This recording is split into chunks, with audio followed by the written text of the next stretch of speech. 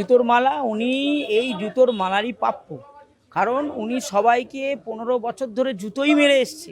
প্রত্যেকটা জায়গায়, প্রত্যেকটা সংস্থায় উনি এমনকি কয়লা চুরি করাতেও শুধু একটা ইন্ডাস্ট্রিয়াল ব্যাপার, উনি শিক্ষা চুরি করেছে।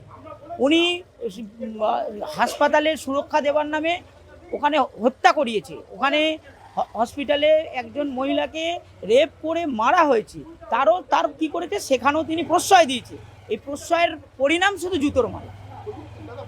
গতকাল যেটা মুখ্যমন্ত্রী বললেন যে কেউ যদি চায় আবার এফআইআর করতে পারে নতুন করে, আপনারা কি করছেন? আমি কালকেও বলেছি, আজকেও বলছি, আমাদের অধিকার দেওয়ার জন্য অশেষ ধন্যবাদ শুভেন্দু অধিকারীকে, মুখ্যমন্ত্রী মহাশয়কে অশেষ ধন্যবাদ। কারণ আমরা এফআইআর করব, কেউ করুক চাই না করুক, আমার পরিবার এফআইআর করবে। এফআইআরে মমতা ব্যানার্জির নামও থাকবে, অভিষেক ব্যানার্জিরও নাম থাকবে, মনীশ গুপ্তেরও নাম থাকবে। পুরো তৃণমূল কংগ্রেস থেকে আমি কাঠগড়ায় না নিয়ে আসা অবধি আমরা শান্ত থাকবো না। আমরা এফআইআর করছি, একদম আমরা এফআইআর করছি। পরিবার থেকে আমরা করছি, আমি করছি এবং আমার মা, দুজনেই আমরা করব।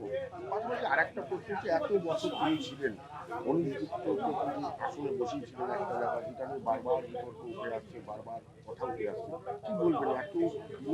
এটা তো ব্যাপারটা হচ্ছে কি, শুনুন, উনি নিজের কালো দাগটা মোছানোর জন্য মনীশ গুপ্তকে হীরের মুঠোক পরিয়েছিল, তাহলে পরে ওনার কালো দাগটা মিটে যাবে। চাইলেন করুক, ওনাদের যা ইচ্ছে। কিন্তু আমরা আবারও বলতে গিয়ে বিশ্বনাথ রায় আমাদের স্মৃতিতে মননে, বিশ্বনাথ রায় সবসময় আমাদের স্মরণে থাকবে।